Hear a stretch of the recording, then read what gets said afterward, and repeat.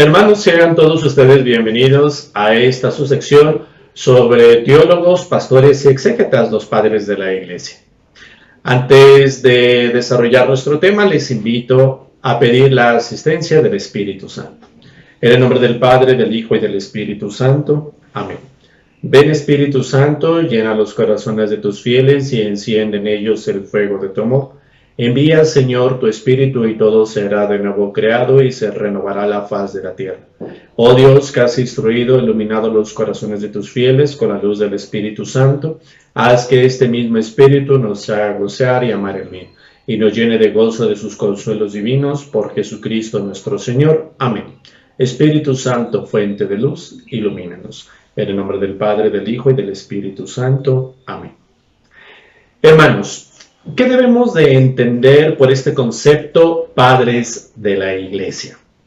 Primero, vamos recordando lo que la actual doctrina de la Iglesia nos enseña sobre el ser, la naturaleza y la misión de un obispo dentro de la Iglesia Católica. Y a partir de ahí vamos a ir desarrollando este concepto de padre de la Iglesia. Primero, ¿quién es un obispo? Nosotros, como miembros de la Iglesia, ¿qué debemos de entender por un obispo? Primero, un obispo es un auténtico transmisor y garante de la fe verdadera. Es decir, que en un obispo nosotros vamos a encontrar o debemos de encontrar la interpretación de la fe católica tal recibida de Cristo hacia sus sucesores, que son los sucesores de los apóstoles, los obispos. Ahora, un segundo elemento. Debe de pertenecer a la sucesión apostólica, una sucesión ininterrumpida. ¿Qué significa esto? Significa, como ya hablábamos en el primer punto, un obispo es considerado sucesor de los apóstoles. Por lo tanto, así como cada obispo es sucesor de los apóstoles a su vez reciben directamente de la palabra y de la obra de Cristo su evangelio, su doctrina. Por eso, para un obispo, para que sea tal, sea reconocido como tal, es siempre necesario que pertenezca a toda una serie ininterrumpida de ordenaciones episcopales que se remontan prácticamente hacia alguno de los 12 apóstoles. También, hermanos, esta sucesión apostólica tiene que estar relacionada con la comunión de la Iglesia. Es decir, los obispos no actúan de manera solitaria, sino que todos juntos forman un colegio presidido por el Papa, un colegio episcopal. Esto significa la acción de la unidad dentro de la Iglesia, la comunión. Y en tercer lugar, hermanos, un obispo conserva la continuidad y la unidad de la fe. Es decir, jamás un obispo va a inventar o va a crear algo ajeno a la fe. Jamás un verdadero obispo de la Iglesia Católica va a intentar actuar fuera o tratar de romper la unidad de la Iglesia, sino que siempre tendrá la continuidad y la unidad de la fe.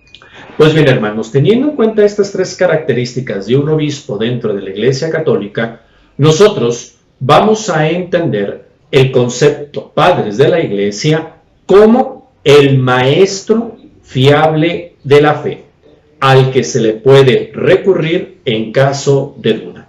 Vean nada más en estas sencillas y breves palabras la trascendental misión que ya desde los primeros siglos de la historia de la Iglesia tenían los padres de la iglesia. Son considerados maestros, es decir, se les reconoce una cualidad fundamental que es la de enseñar, transmitir la fe. Y al mismo tiempo, los mismos fieles cristianos saben que en los padres de la iglesia van a tener la fe garantizada y que cualquier duda o cualquier cuestión extraña que surja en el contexto de su fe, tienen con quien recurrir para que se les explique y se les aclare. Ahora bien, hermanos, hay que ser también realistas. Un obispo es un ser humano. No significa que no se equivoque. Por lo tanto, los padres de la iglesia no quiere decir que sean infalibles. Es decir, que nunca se hayan equivocado en todo lo que hablan, en todo lo que predican o en todo lo que escriben. Son seres humanos, como ustedes, como yo, como todos aquí en la tierra. Por lo tanto, es importante considerar lo siguiente. ¿Cuál será la garantía que los cristianos de aquella época y nosotros hoy, actualmente, debemos de tener en cuenta para considerar dentro de la historia de la iglesia, los primeros siglos, a un obispo, a un presbítero o a un diácono, considerarlo padre de la iglesia, es decir, maestro de la fe, a quien podemos recurrir en caso de duda? Debe de tener dos características fundamentales. Primero, su persona y su enseñanza siempre deben de atenerse a la Sagrada Escritura. Y segundo, su persona y su enseñanza siempre debe de ser fiel a una expresión en latín, regula fidei, significa la regla de la fe.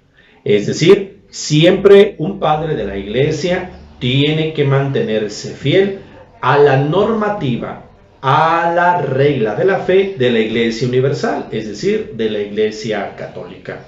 Solo así, hermanos, con estas dos características, un obispo, un presbítero o un diácono de los primeros siglos de la vida de la iglesia puede ser considerado padre de la iglesia, como testigo auténtico de la fe y de la doctrina de la iglesia.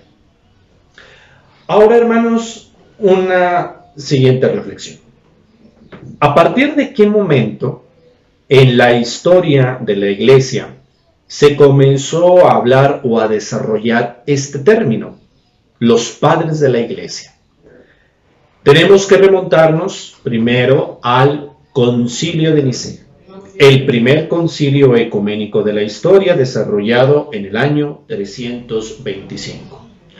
Recordemos que ese concilio se desarrolla para que los obispos de la iglesia den una respuesta a una herejía, es decir, a una desviación de la fe, contra el arrianismo, es decir, una doctrina que enseñaba que Jesucristo solamente era hombre, pero se le negaba su carácter de Dios, se le negaba la divinidad de Jesucristo. Por eso los obispos reunidos en el concilio de Nicea dan una respuesta. Y ahí es en ese concilio cuando por primera vez se acuña en los documentos emanados de ese concilio la expresión padres de la iglesia y también otra, la de los santos padres. No quiere decir que ya los canonicen en vida, no. Significa que esos padres, al mantenerse fieles a la Sagrada Escritura y a la doctrina católica, significan que están transmitiendo la santidad de esa misma fe católica a sus fieles, a sus oyentes, a todo el mundo. Ahora, hermanos, una vez que ya entendemos a partir de qué momento se comenzó a hablar de padres de la iglesia, vamos tomando otra parte, lo que la hace llamada en latín argumentatio patrística. ¿Qué significa esto? Argumentación basada en el escrito de los padres de la iglesia, es decir, cuando ya los padres de la iglesia, su enseñanza, su doctrina, comienza a ser autoridad, es decir, cuando ya los demás escritores eclesiásticos, los demás maestros, los demás obispos, sacerdotes, al momento de enseñar, de predicar, de transmitir la fe de la iglesia, ya no solamente toman la estricta palabra de Dios escrita en la Biblia, sino que también comienzan a tomar en cuenta los comentarios y las reflexiones de la misma palabra de Dios, de la misma Sagrada Escritura, pero ya con un comentario mucho más ampliado y mucho más en el contexto de su época, tomado de los padres de la Iglesia. Es cuando ya los padres de la Iglesia comienzan a tener una autoridad moral dentro de la Iglesia. Y a esta primera argumentación patrística se la debemos a San Basilio el Grande, un gran padre de la Iglesia, en el año 375 en su obra sobre el Espíritu Santo. Pues bien, hermanos, aquí concluimos esta reflexión sobre los padres de la Iglesia.